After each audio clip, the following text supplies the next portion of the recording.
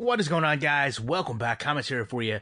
Jimmy Smith, Ryan Moody, our MMA show. Happy Valentine's Day to everyone. If you love MMA, how corny is this, Jimmy? If you love MMA, then you're going to love tonight's show. That's super corny. That's really bad. I know. That's the best. I had all day. And you had all day to think of something that's the best you come up with. That's bad. I agree. I've tarnished this show, but we will carry on. Whatever. Yeah, I think we soldier on. That's what we do. Yes. You know what? We can still rebound from this. We came out of the gate weak. We can still gain strength and finish strong. So, we're going to take a look at UFC Fight Night. Anderson versus Blachowicz 2. This card is a little bit weird. I looked at this card earlier in the week, and we're going to go through what I believed the card to be. However, the UFC, being that they own the promotion and everything, seem to have made a couple changes. But there are some exciting fights, and I really, feel like this could have ended up on a actual ESPN card. Now, we say that because the last time we spoke about one of these cards, Jimmy, we were criticized because we are aware that ESPN Plus is a paid service. But it just seems a little weird to me that they would paywall. Now we're acknowledging it, right? Do you hear this acknowledgement, guys? They would paywall what really seems to be a number one contender for the light heavyweight championship fight. Yeah. I see the choice there. And you want exposure for the winner of Corey Anderson, Jan Blachowicz, especially with the controversy behind Reyes versus John Jones. I think the winner of this fight, and obviously we'll break it down a little bit later, but the winner of this fight, I think, can't just win. You have to replace, you have to get in front of Reyes right now, who I think is the number one contender in a lot of people's minds. A lot of people thinking a rematch. You have to have that water cooler moment that trumps what we saw in John Jones versus Reyes. That's not going to be easy to do. Agreed. But it is a little strange to me that they wouldn't push, one of their, I guess, more active divisions at championship defenses on a national scale. I just don't see, and maybe this is out of place for me, but I don't see someone buying a month of service or a subscription to ESPN Plus just for this fight when this is actually the most important divisional fight on this whole card. Yeah, no, I certainly see that. But it's a matter of I don't always know exactly what their logic is behind what goes behind the ESPN Plus paywall and what is on regular ESPN and all these things. It's really kind of difficult to figure out. You're not quite sure where, when, and why. This is a solid card. It's a lot of fun from top to bottom. You can see the direction, the potential for each fight, where somebody goes with a win and where somebody goes with a loss. To me, that's important. There's a smattering of veteran names on this. As you said, we talked about right before we got on air and hit record, the brief conversation we had, talk about loser leaves town matches, things like that, where you see the direction someone's headed. That's important to me. Yes, absolute fun card. We'll start it off no funner way. Yancy Medeiros and Leno Vanatta, however you want to say it. I don't get criticized a lot for botching names, but regardless, Medeiros, the guy just, good Lord, drives pressure, comes forward, great hooks, uppercuts, very nice flying knees, loves to be in his range, has no issues taking damage. Honestly, this guy doesn't fight. This guy goes to war. And in Vanatta, he's going to get somebody a little bit like we'll see later on the card in Michael Piera that just fights in a very composed but extremely aggressive way, spinning back fists, especially when it comes to Vanatta, uppercuts from all types of angles. Also does a very good job with all that free ranging, if you will, of protecting himself. And I feel like this is a really, really just a slugging way to start this card. I personally think this is going to end in someone getting knocked out. Who it is, I don't know. I'm going to lean a little bit more toward the unorthodox style of Vanatta getting the win. I think Medeiros gets back on track with this one. If you remember, I called his fight with Cowboy in Texas. He had Cowboy hurt more than once in those exchanges. The guy can really put a lot behind a punch. Gregor Gillespie just outclassed on the ground, taken down over and over, fought a young, hungry, up-and-coming fighter, peaking at the wrong time for Yancy Medeiros. But I think Yancy Medeiros gets back on track with this one. When you look at Vanatta, one thing you have to keep in mind is This guy has had one win in the UFC since 2016. Middle of the road guys, got a draw with Bobby Green, but hasn't taken on great names. Probably since his loss to Tony Ferguson, which was his debut in the UFC. Since then, it's been middle of the road guys. And like I said, one win since 2016. The one thing about Yancy Medeiros is step-up competition has beaten him, Donald Cerrone and Gregor Gillespie. But when it comes to the middle-of-the-road talent over the last couple of years in that same stretch since 2016, he's done well. He's never had that not showing up for a mid-level guy kind of performance. He's never overlooked anybody. He brings the firefight with other guys who bring the firefight. And I think that's what happens. And he's that little bit of experience, the edge he has in bigger fights, I think sees him through. I think Yancy Medeiros gets back on track. I think the fight that got me mixed up was, it looks like Montana De La Rosa and Mara Borella have been bumped up the card. This is a very even matchup too, though. I really think when you look at this, Borella has a great ground game. She does very, very good at getting a girl down and pressuring and putting her weight on a girl and wearing a girl out. But when you look at what De La Rosa does, very good fighter too. However, I think she's just a level higher. I think we actually saw that even though she lost to Andrea Lee, I think she's on a higher level here all around. And I feel like she's got a lot to prove after that loss, even though I think that was a loss with Andrea Lee at a higher level of competition that she's had now. She's kind of fighting down just a little bit. And I think that's going to translate to a win for her. Yeah, and also she has a slick submission game. That's one thing to keep in mind. And Borella, as you said, a pressure game. She's good on top. I like her attitude. She's kind of one of those people that kind of dogs you and just keeps pressure on until you kind of wilt. But I think the slickness of De La Rosa wins out in this one. She has an excellent submission game. I don't think the fact that Borella has excellent top pressure is going to bother her that much. I think she's more versatile. I think she takes her chances on the feet. Remember the KGB fight? A lot of it was on the feet. KGB, good kickboxer, but De La Rosa found her moments. I think she does that on the ground. I think she gets another one by submission in this one and moves forward. All right. And would it really kill the UFC? I mean, to be honest, would it kill them to call it a loser leaves town match? I mean, to me, so great. Fans, I know, what a right? Throwback. If you're an old school pro wrestling fan, that was a very common theme. Do they still do those? Because that was a regional promotion thing back in the day. During the the territory years, you had to leave the territory. They don't have territories anymore. Yeah, we don't have territories anymore. But it would be so fitting if we could just sneak a few. I mean, listen, Jimmy, if we can do a BMF belt, why can we not do a loser leaves town match? Yeah, why not? Because they are. Well, we see them all the time. They just don't say that ahead of time. Probably should. Well, we are saying it. A loser leaves town match. These are always the funnest to watch, too. Devin Clark, Daquan Townsend. Townsend does a good job, okay? I'm just going to be upfront with what he does good, because I think this is probably going to be the last time we see him in the UFC. Does a good job at mixing up strikes, keeps his hands up, a little bit underrated on the ground, but his problem is consistently letting other fighters dictate pace, losing rounds, and he is in a position, obviously, as we mentioned, he cannot afford to lose. Now, as inconsistent as Devin Clark has been with his win-loss ratio, which lines him up beautifully for a win if we're actually following that pro wrestling strategy of scripting everything, he would actually fall into a win here. He isn't afraid to strike. He does have a great takedown game, does really good jobs at getting guys down to the ground and working some submission. I really think the weakness of Townsend allowing someone else to control the fight for him is going to play into Devin Clark's favor. And we're going to see kind of a laborious, drawn-out 3-round fight that unceremoniously ends with the removal of Townsend from the UFC. More than likely, yes. That's what I would guess, too. Devin Clark due for a win, but also Daquan Townsend.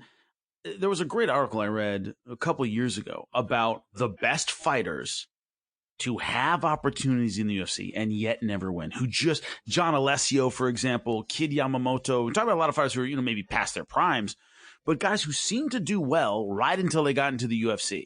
And it was almost like they just weren't built to succeed at that level. Daquan Townsend, to me, is that guy. 2 fights in the UFC, hasn't had a win yet. has to be questioning himself if he'll ever get there. It's a confidence thing. Devin Clark never able to string back-to-back wins in his UFC career yet. He did it one time. God, I want to say end of 2016. He had one, and that's been it. He hasn't been able recently to get 2 in a row, but he's had success at the UFC level. Daquan Townsend has not. And when you allow an opponent with more confidence and more experience at the UFC level to dictate the kind of fight, and that's been Townsend's downfall, you're going to get a measured pace. You're getting a guy who can finally put rounds together, who can build on the success he's had before. It's that veteran mentality of I've been here, that confidence of, look, at least I've had wins at this level. I think we really see that from Clark. We see a smart fight. We see a composed fight. Hasn't been his specialty so far in his MMA career, but I think we see that against Daquan Townsend. It's a loser leaves town match, but he knows he's better armed, and I think that's important. In the past, we've seen these before. One of the people involved was Hector Lombard. Hector Lombard, just a real quick side note here, when he came over to the UFC, I really expected him to be the guy. Now, granted, that didn't work out for him. He did have a lot of the intangibles when you looked at him of being a cage fighter. However, he has since left the UFC and is going to be fighting BKFC 10 over the weekend against Dave Lundell. It should be actually a really fun fight.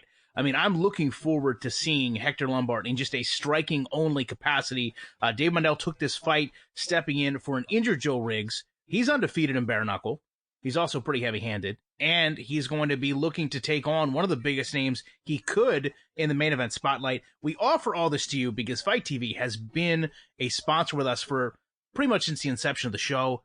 They always do everything they can to help us promote you guys to watch more UFC, or I guess really any MMA event. And what they've went ahead and done is given us a pay-per-view code. I'll put a link down in the description, as will Jimmy. All you have to do is use this code. The instruction will be there as well. The first one to do it, while you all scramble to open up a new tab, will receive the pay-per-view this weekend free of charge. Jimmy is going to read the code and then go over a little bit about the fight. Capital U, capital Q, lowercase I, the number 6, lowercase m, lowercase u, lowercase v, and then uppercase V. So once again, capital U, U as in umbrella, capital Q as in queen, lowercase I, the number 6, lowercase m, lowercase u, lowercase v, and then an uppercase V. There you go. That's the code. Hector Lombard was one of those guys when you look at certain fighters throughout the UFC's history, MMA's history, combat sports history, who weren't the best, but they were maybe the most feared. Hector Lombard really came into the UFC. There was a certain time when guys just didn't want to fight him. He just brought something special, a certain savagery. And we saw glimpses of it. I remember when he destroyed Jake Shields. Remember that fight? And I went, man, he could be the guy at 170 pounds. He just ragdolled Jake. I really thought, man, 170, he's going to kill. He's going to kill. He's going to absolutely slay. And after that, it was one step forward, one step back. He was always undersized for middleweight. 185 is just too small to compete with the elite of the elite. I really thought he could do something special at 170. And he couldn't get it done. So what I think you're looking forward to, and a lot of people are looking forward to, is that old, savage, man, let this guy off the chain and see what happens kind of guy we thought we'd see in the UFC. We might see that in bare knuckle. And I think that's worth checking out. It really is. Yeah, I mean, he came in with all the credentials, man. In judo, obviously the gold medals, and you really thought that he was going to be the complete package. And, I'm glad that he has a chance to continue his career. But yeah, that I lost to Jake Shields. Took a little from me. I was a huge fan of Jake Shields, and, sometimes things just don't work out. He destroyed it. Hector destroyed him. Oh, threw him around, tossed him around. It was crazy. Man, I remember that fight. Yeah, he blew out Husmar Polyaris, but Polyaris did have those up and down performances where he was just wouldn't show up for certain fights. Jake Shield was unbelievably consistent, and Lombard just ragdolled him. And then the Neil Magny, he was destroying Neil Magny, and then Magny came back, and I think that was pretty much the end for Hector Lombard. When we talk about fun fights, we talk about guys with long legacies in the UFC. You got to put Diego Sanchez up there. Diego Sanchez has a fight against Michael Pereira, which, I mean, listen, man, 5 years ago, 5 years from now, I think this fight is going to be crazy. Pereira, very unorthodox, just like Sanchez, man. These two guys are just, when you watch them fight someone who is very composed, they look like the crazy person, right? What happens when you put two of the crazy people in the cage together? We're going to find out. One of the things that really worries me, though, last fight Pereira had, we were actually a little bit critical of the gas tank, of the motions, of the wasted motion, the backflips, the dancing, all the stuff that he does. It's great when you're winning, but when you lose, it's awful. And he lost. And, you know, there's a lot to be taken from that to see if he can take that loss in stride, not change who he is as a fighter, but change a little bit of how he fights. With Sanchez, I mean, obviously, great hooks, really does a good job with feints to set up takedowns and is extremely effective with that. And I think that is going to be the tale of this. If Sanchez survives the first round, I feel like he can wear him down. If he doesn't survive the first round, then we saw something truly exciting and spectacular. Yeah, that's true. I mean, this is one of those fan favorite kind of fights. Can Pineda play the matador to the bull? Because Diego Sanchez, win or lose, when it doesn't behoove him, when he shouldn't do it. I mean, it's like like a Roadrunner cartoon where you throw something off a cliff and he dives right after it, ends up falling, and then realizes that he shouldn't have done that. That's Diego Sanchez. You know, it's easy to bait him into a firefight. It's easy to lead him where you want to go. It's easy to take advantage of his gaps because he'll go right for you. If Pineda can do that, he can have success. But with Diego Sanchez, the problem is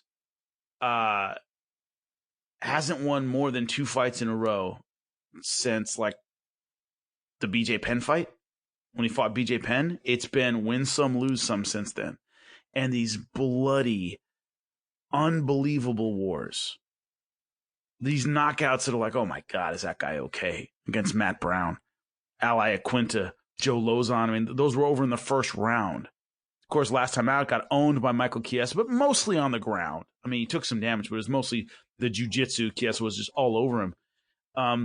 That's been the issue. He's taken a lot of beatings in his last few fights. Last several fights, to say the least. Can he keep going forward with this, I don't care, I'll go through a brick wall kind of intensity and attitude? Will his body just quit out on him? That's a big question for old school fans. And of course, vocally coming out against Jackson Wink and dissatisfied and all these things. And, mentally and physically, is he in the right state to still be Diego Sanchez? To me, that's a big question. I know when people come and listen to this show, you get next level when you're talking about comparing a fighter to Coyote and Roadrunner. I mean, that's why you sign up for this awesomeness, right? That's why you download this podcast. That's why you watch it on YouTube, stuff like that. That's what I mean about Diego Sanchez's style. It's like when Coyote would, paint a hole in the side of a mountain and Roadrunner would run through it. That kind of thing. Like, it's easy to bait Diego Sanchez into the kind of fight you want. If Pineda is smart, this is his fight. But one of the reasons about Pineda that, you pointed out, the capoeira and the fun stuff, is that he doesn't always fight that smart. But hopefully he fights with a little bit more smarts this time around, because he can make his name off a very, very faded Diego Sanchez. There was nothing you were going to say there that was going to be better than the comparison to Roadrunner and Coyote. You can drag it on. I do what I can. I try. You did a lot there. I mean, I don't know if you've had an opportunity to watch Daniel Cormier do the detail, the UFC detail, that Kobe Bryant thankfully started. Yeah. I don't know that DC could ever try to convince someone to watch a fight in that by comparing them to a cartoon, which is, ironically, we can joke about it, it's such a true comparison that now when I watch this, I'm just going to wait for that Acme box to fall from the sky and some type of crazy Looney Tune-esque finish. Yeah, it's true. But that's what I think of. I think of Diego Sanchez, man. Just keeps going right off the cliff. Right off the cliff. Well, we are at the cliff of this podcast. We are going to talk about the main event here. Corey Anderson, Jan Blachowicz. You know, to me, Jan is on kind of a contest, or a tour rather, to get to the championship. We kind of alluded to this the beginning of the show. Rebounded very well from his loss to Diego Sanchez. Diego Sanchez. You got me, this whole Roadrunner Coyotes got me screwed up. Thiago Santos. Great combinations, particularly great with hooks and uppercuts. Very good pressure. Really good striking and volume. All around great fighter. Does tend, in my opinion, to strike a little bit upright, but he's got a good chin, so you can't blame him. Obviously, Corey Anderson, a very similar fighter. I think maybe a little bit more patient in his attack. Does a great job with his right straight. Does an impeccable job at timing fighters. I mean, we've seen this just in his past couple fights, how he will let a fight come to him and has great finishing instincts when it gets there. You got me up here, Jimmy. We talk about that win over Johnny Walker, who we talked about last show. I mean, Johnny Walker was one of the guys that was getting mentioned in the John Jones conversation, right? We take a look at Corey Anderson's fight. This guy shows great patience, unbelievable timing, kind of weathered the storm, hit him hard, and then ended the fight. And I actually think, even though Jan is a much different fighter than Johnny Walker, I see this fight going a very similar path. I see Anderson winning this, and I think he's going to stake his claim dramatically to be next in line for John Jones, regardless of what the rematch implications are currently that we've seen so much over the past couple weeks. I have to agree with you. I would pick Corey Anderson. Look, this is a guy, and this is so weird in the modern era of MMA, but his fourth fight was in the UFC. His fourth fight. He has spent the vast majority, right, of his 17-fight career in the UFC. He has fought in the UFC a grand total of 1, 2, 3, 4, 5, 6, 7, 8, 9, 10, 11, 12, 13, 14 times. 14 times in a row he's fought in the UFC. Before that, 3 times. It's the old joke of like, it took me 20 years to be an overnight sensation. Corey Anderson has been in the UFC a long time. In terms of his fight, the number of fights. It's crazy. And how busy he has been recently. This guy had 4 fights in 2018. I'm sorry, 3 fights in 2018, 1 in 2019. Like, it's just marching in the same direction over and over and over again. And against Jan Blachowicz, a couple factors stand out to me. I don't think their first fight means a whole lot. It was what, 4 years ago? And yeah, Jan Blachowicz is much better now. Corey Anderson, if you see the job he did on Johnny Walker, that's a confidence-building, momentum-changing kind of fight. He blasted Johnny Walker, manhandled him in a fight that was very, very personal. Never let Johnny Walker off the hook, didn't get caught up in any of the antics, didn't care about his unorthodox style, hit him with a right hand, hurt him, and never let him off the hook. And it's something like this, when there are title implications, momentum means a lot. In his last 2 fights, Jan Blachowicz has beaten...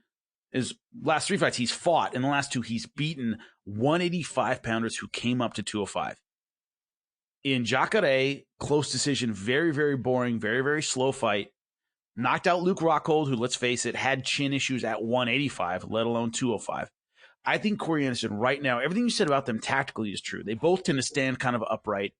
They both kind of let their chins hang out a little bit. They can be somewhat easy targets. But Corey Anderson has better timing. He has better setups, uses his range a bit better, but it's more about momentum to me. Corey Anderson coming off the win over Johnny Walker, 3 decisions before that. He's right now peaking. He believes he can win. He believes he can be champion. And a lot of times that means everything. I'm going with Corey Anderson. But can you compare them to a Warner Brothers cartoon?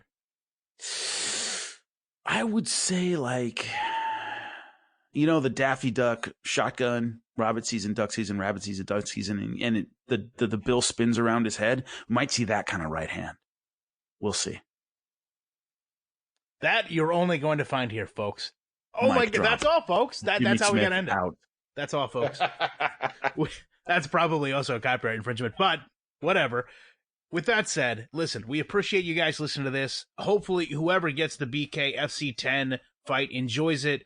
Go over, thank Fight TV for letting us give you guys the codes. They just had their 4-year anniversary, and they really do support us just as much as you guys do. With that said, enjoy some cartoons on a Saturday morning. Enjoy the fight Saturday night. We will be back on Sunday. I think I just jinxed us again to discuss it. We will be back then very shortly with more content.